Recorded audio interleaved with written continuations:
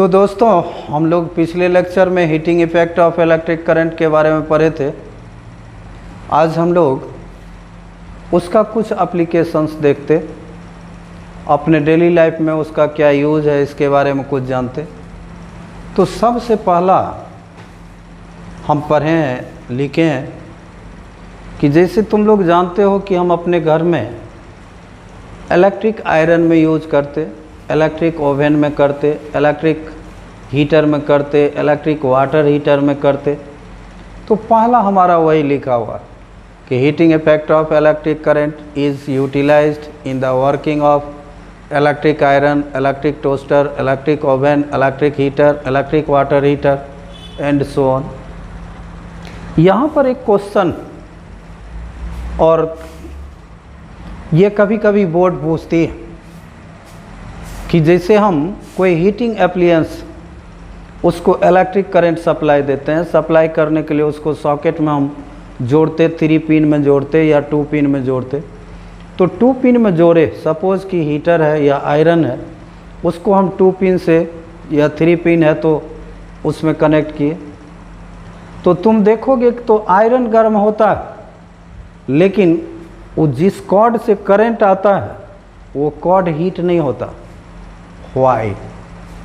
ये question arise होता है कि हमारा हीटिंग एप्लियंस है आयरन, उस आयरन को इलेक्ट्रिक करंट देते हो तो वो गर्म होता, लेकिन जो इलेक्ट्रिक करंट उस आयरन को जिस कॉर्ड से मिलता है वो कॉर्ड गर्म नहीं होता। क्यों?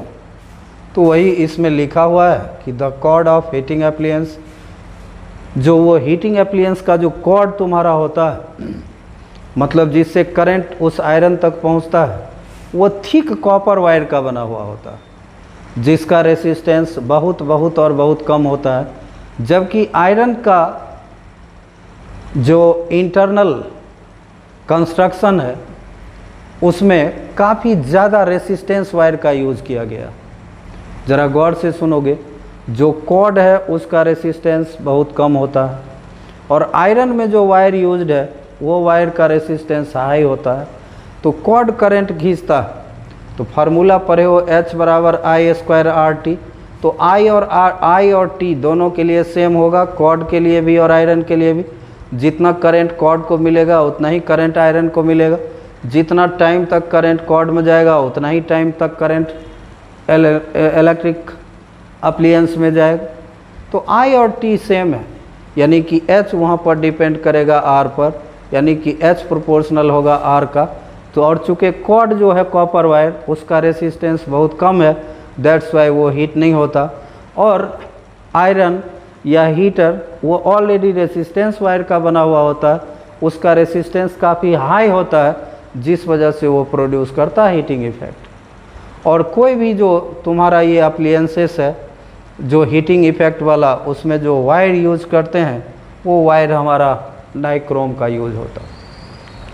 तो heating effect of electric current का पहला यूज़ देखे हो तुम लोग कि हम घर में करते हैं इलेक्ट्रिक आयरन को में, इलेक्ट्रिक ओवन में, इलेक्ट्रिक टोस्टर में, इलेक्ट्रिक हीटर में, इलेक्ट्रिक वाटर हीटर में एंड सो ऑन।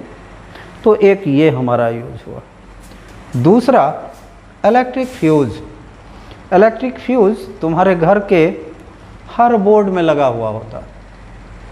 तो इलेक्ट्रिक फ्यूज एक सेफ्टी डिवाइस है जो कि हमारे इलेक्ट्रिकल अप्लियंस को हाई करंट से बचाता है। जैसे मान लो हमारे घर में बल्ब जल रहा है, पंखा जल रहा है, तो उसकी कैपेसिटी है कि 5 एम्पियर तक के करंट पर वो काम करेगा। अगर 5 एम्पियर से ज़्यादा का करंट हो जाए तो वो जल जाएगा, पंखा हमारा या बल्ब हमारा जल जाएगा। तो ये फ्यूज इसीलिए दिया जाता है कि रेटेड वैल्यू से अगर ज़्यादा करंट मिले, जैसे कोई फ्यूज है, मान लो घर में 2 तरह का फ्यूज होता है, एक ज़्यादा करंट वाला और एक कम करंट वाला।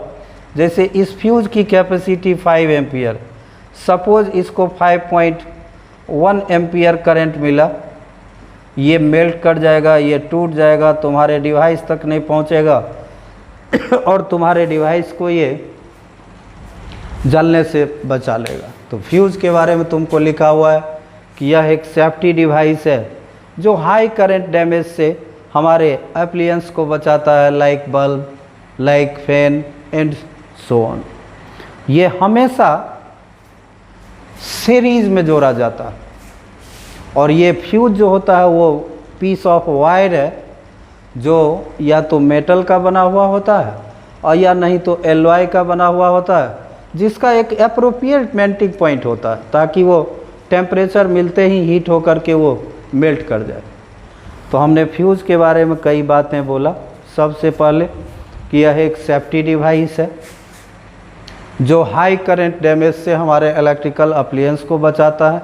ये एक पीस ऑफ वायर है, ये वायर है जो कि या तो मेटल का होता है या किसी न किसी एलॉय का बना हुआ होता है। उसको हमेशा हम लोग सीरीज में कनेक्ट करते हैं जिसका एप्रोप्रिएट मेल्टिंग पॉइंट होता है। जब रेटेड वैल्यू से ज़्यादा करंट उस तक पहुंचता है तो वो मेल्ट होकर के सर्किट को ब्रेक कर देता है और करंट आगे तक नहीं पहुंचता और हमारा डिवाइस जलने से या ख़राब होने से बच जाता है। तो ये इलेक्ट्रिक फ्यूज़। दूसरा यूज़ देखिए हीटिंग इफेक्ट का। अब देखो कभी कभी एग्ज़ाम में पूछता कि फ्यूज वायर का क्या कैरेक्टरिस्टिक होता है। तो पहला हमने बताया कि इसका मेल्टिंग पॉइंट लो हो और ये जनरली एलॉय का बना होता है और वो एलॉय होता है टीन और लीड का, 50% टीन और 50% लेड का ये एलॉय। और इसका melting point about 200 degree centigrade होता है। तो कैरेक्टरिस्टिक ऑफ फ्यूज वायर में पहला हमने कहा कि इसका मेल्टिंग पॉइंट लो होना चाहिए। यह एलॉय का बना हुआ होता है, एलॉय होता है टीन और लेड का, दोनों 50% का एलॉय है।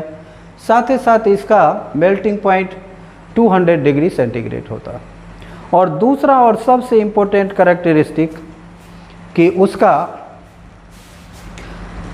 टेम्परेचर जो है फ्यूज वायर का तेज़ी में बढ़ना चाहिए ताकि वो जितना जल्दी हीट होगा वो मेल्ट करेगा और सर्किट को ब्रेक करेगा। तो दूसरा इसमें लिखा हुआ है कि the temperature of fuse wire should increase quickly, तेज़ी में उसका टेम्परेचर बढ़ना चाहिए। और ये तभी संभव है जब उसका टेम्परेचर बढ़ने के लिए हमको रेसिस्टेंस को बढ़ाना पड़ेगा, यानी कि फ्यूज वायर का रेसिस्टेंस हमको ज़्यादा करना पड़ेगा जिससे कि वह जल्दी से जल्दी हीट हो जाए और मेल्ट हो जाए।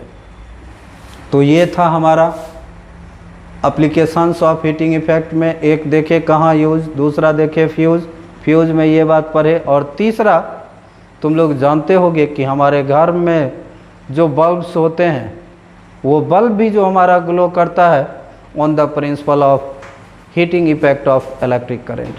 तो ये इसके यूजेस एप्लीकेशंस थे।